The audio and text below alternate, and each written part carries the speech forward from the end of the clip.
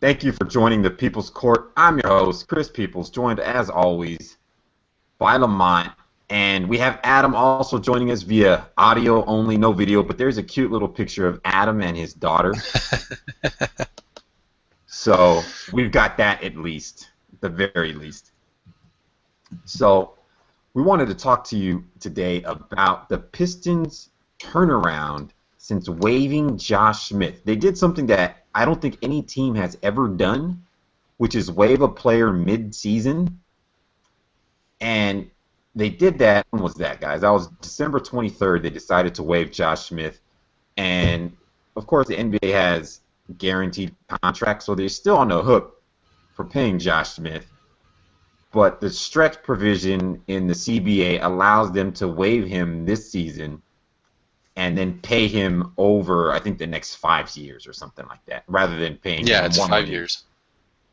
Rather than paying him, more money in the 2 years remaining on his contract, they are able to stretch that total out over 5 years. So it's a salary cap thing, as well as kind of a chemistry, player personnel, trying to get things better for the team thing. At the time that they waived Josh Smith, they were 5-23. Pretty bad.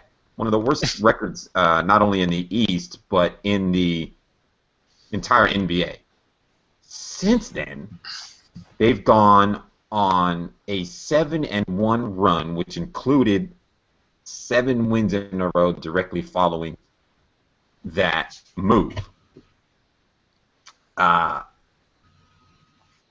you've had an opportunity to watch the Pistons since they waived Smith, and even before they waived Smith. So what have you noticed about their difference in play and what's led to their success?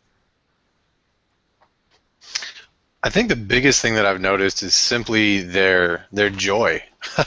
It's not a word that I use very often when I talk about NBA basketball, but they just look like they're having fun.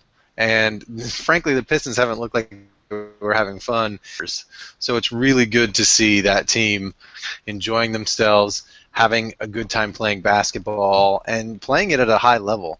One of the biggest turnarounds is Brandon Jennings, their point guard, their starting point guard, and he just looks like he's in control. He knows what's happening to Josh Smith, and he's playing without shackles. He's playing a free style of basketball that's just incredible to watch and energizing to watch, and that's the case I think with Andre Drummond and Greg Monroe as well, the two big guys in the front court, the center and the power forward. They just look like they're at ease for once, whereas before there was just a sense of confusion, a sense of stagnation on the court, and now I think Andre knows where he stands. Greg knows where he stands. They don't have to worry about changing lineups. They don't have to worry about trade rumors. They're locked in, and they're playing like a team that's locked in. And the turnaround has been dramatic, and it's been enjoyable to watch. The first game of the year that I caught with them was the Pistons versus the Cavs game. And I believe the Cavs were without Kyrie Irving, but did have LeBron. And midway through the second half, the Pistons were down 18. And then they came back to win the game, and I think they led by as many as 15 in that game. And the same thing happened then again when the Pistons played the Spurs. They were down 18 in the first half and still rallied to put themselves in a position to win at the end of the game. Now, they got lucky against the Spurs, but they put themselves in a position to get lucky. And I haven't seen that kind of resilience from a Pistons team in many years, and I've followed the Pistons basically since I came into the NBA. When they had Chauncey and Rip and Tay and Rashid, that's when I started. That's what brought me to the NBA. So I followed this team for a long time, and basically since they traded Chauncey Billups for Allen Iverson, 8 years ago now, you just haven't seen that kind of joy and that kind of fun, and it's back. It's back in the Motor City, and it's as far as I'm concerned, they're the most exciting team to watch in the NBA right now. Wow. So to kind of back up some of what you said there about Brandon Jennings and Greg Monroe and Andre Drummond, all of their productions improved since they waived Josh Smith. Basketball Reference, and if you don't visit Basketball Reference on a regular basis and you like numbers, you're missing out on life. Because Basketball Reference is just a great resource for numbers. and they have this thing. I'm showing it now. They show each player's production over the last 10 games. Now, obviously, it's been only 8 games since they waived Smith, but this comparison of the players' production over the last 10 games is amazing. If you're able to see this, if you're watching this via video, which I assume most of you are, this chart shows the various statistics and whether or not those statistics, those averages in the last 10 games are better or worse than their season averages. Green is good, red is bad.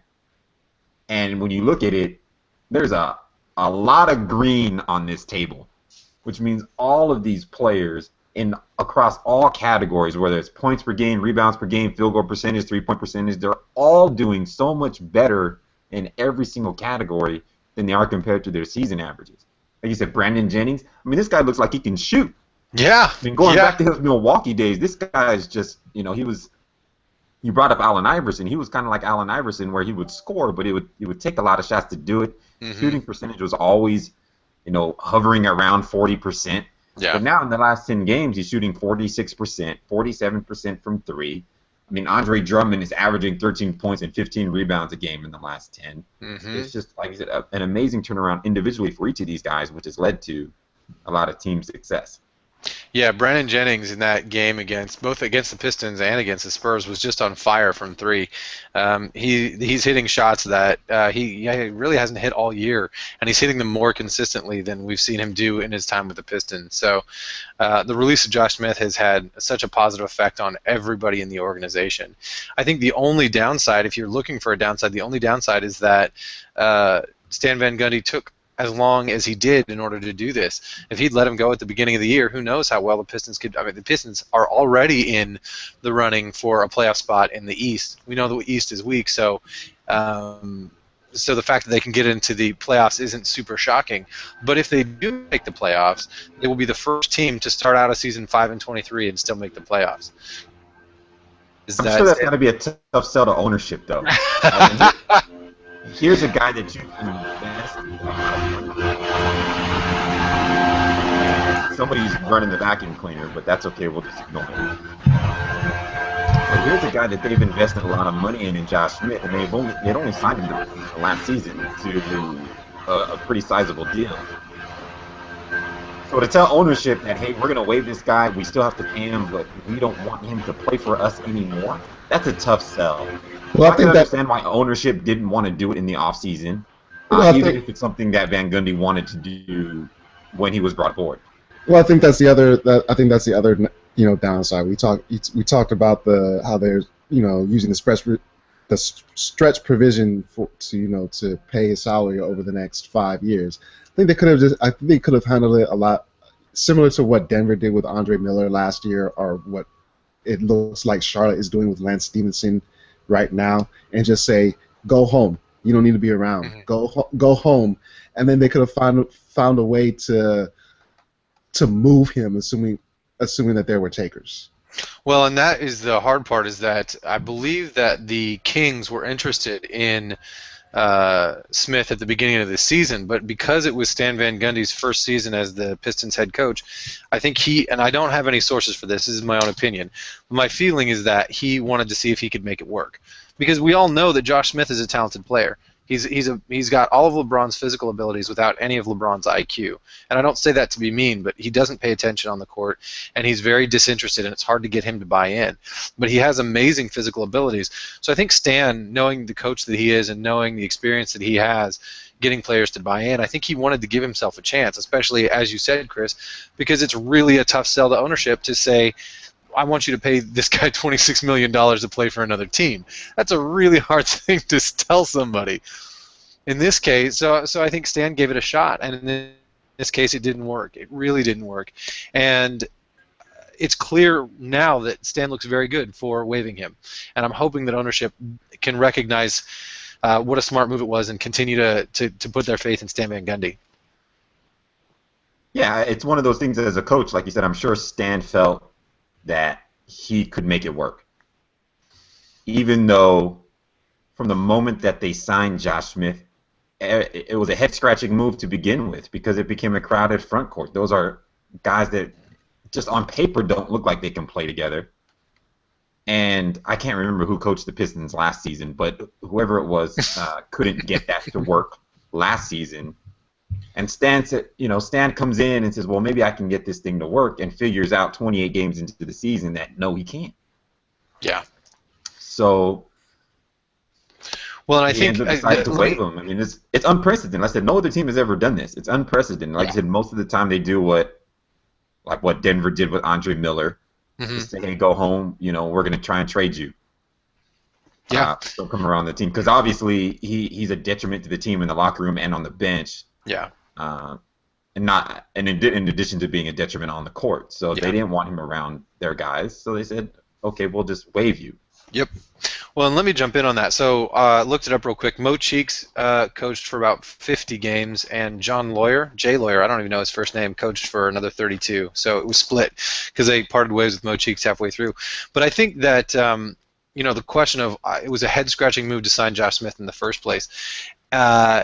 That's a really good comment to step into grading Joe Dumars. So Joe Dumars, the former GM before Stan Van Gundy took over, put together a championship team when he traded for Rasheed Wallace in the 2003-2004 season. And so it looked like he was a brilliant GM, but that doesn't play out. After the mistakes of, and again, we can't be too hard on him for drafting Darko over Dwayne Wade, even though now that's an incredibly head-scratching move. But I think any GM at the time would have done that. But after letting go of Chauncey for AI, the AI experiment didn't work out, and then signing Brandon Jennings and crowded front court, I think we have to put him in the Billy King range of GMs, somebody who lucked into a championship, but really didn't know what he was doing in the long run and didn't know how to manage his personnel. And so getting rid of Josh Smith, and I'm not even mentioning the Ben Gordon and Charlie Villanueva signings when they got paid almost max money and then did not produce for that team at all. So now that Ben Gordon and Charlie Villanueva are gone, it looks like the Pistons can really put Joe Dumars in his rearview mirror. Yeah, the moves that Dumars made, I would say from like 2008 and on, were really like, what the heck is going on, Joe? Like you said, they used a lot of cap money. Well, they traded Chauncey Billups for Allen Iverson for like a half-season rental. Mm-hmm. And the idea was that if Iverson doesn't work out, that's fine, because it's going to free us a ton of cap space for the offseason that then we can retool. Yeah. Then the idea of retooling was Ben Gordon and Charlie Villanueva. Those were their big free agent acquisitions after freeing up that cap space by trading Chauncey Billups. And you would think that they would learn that those types of players aren't going to help your team succeed. And then they go out and sign Brandon Jennings, who's we mentioned he's playing much better now, but historically isn't much different than a guy like Ben Gordon. Yeah. Josh Smith, who has been somewhat better, but still not worth the money, and similar to Charlie Villanueva. So, they kept repeating the same mistakes, and Van Gundy is charged now with eradicating those mistakes. And so far, 8 games since that wave, it's bearing fruit. It's just a matter of whether or not they can sustain it. And that's the next question I'll ask you, Lamont, before we wrap this up. Can the Pistons sustain what they found since waiving Josh Smith? Most certainly. I think they can. I think they can sustain it. Going, what's the win percentage? 7 out of 8, whatever. Winning 7 out of 8 games is probably not sustainable. But being a winning team that enjoys playing with each other is definitely sustainable. And the playoffs are not out of the realm of possibility for this team. And should that happen, I think we should all fly to Detroit to go watch a game. Look, I'm guaranteeing playoffs right now. I've said it in our fantasy league, and I'm saying it on air in public. The Detroit Pistons are making the Eastern Conference playoffs. What they do in the playoffs, I don't have any idea. I actually think they can get into the second round with the talent that they have, the coach that they have, and so I'm just going to say they're definitely making the playoffs, and they're probably making the second round. Wow. Bold predictions. We're going to headline with that. Adam says the Pistons are going to make it to the second round of the playoffs. Just to kind of highlight what we've already said, here's some additional numbers that the Pistons have put up since their turnaround. Like we've mentioned before, they're 7-1. They're scoring 13 more points per game since trading Josh Smith and allowing 14 points fewer. It's a huge turnaround. As long as they can sustain these numbers, what Adam's talking about isn't that far-fetched, and they've done it against good competition. And their strength of schedule is one of the weakest in the league. They have the remaining games they have are they have one of the weakest strength of schedules in the NBA. So that's the other thing to consider is that they play against weak teams. There it is. Anything else you guys like to add before we wrap this up? Form a Good wall. to go.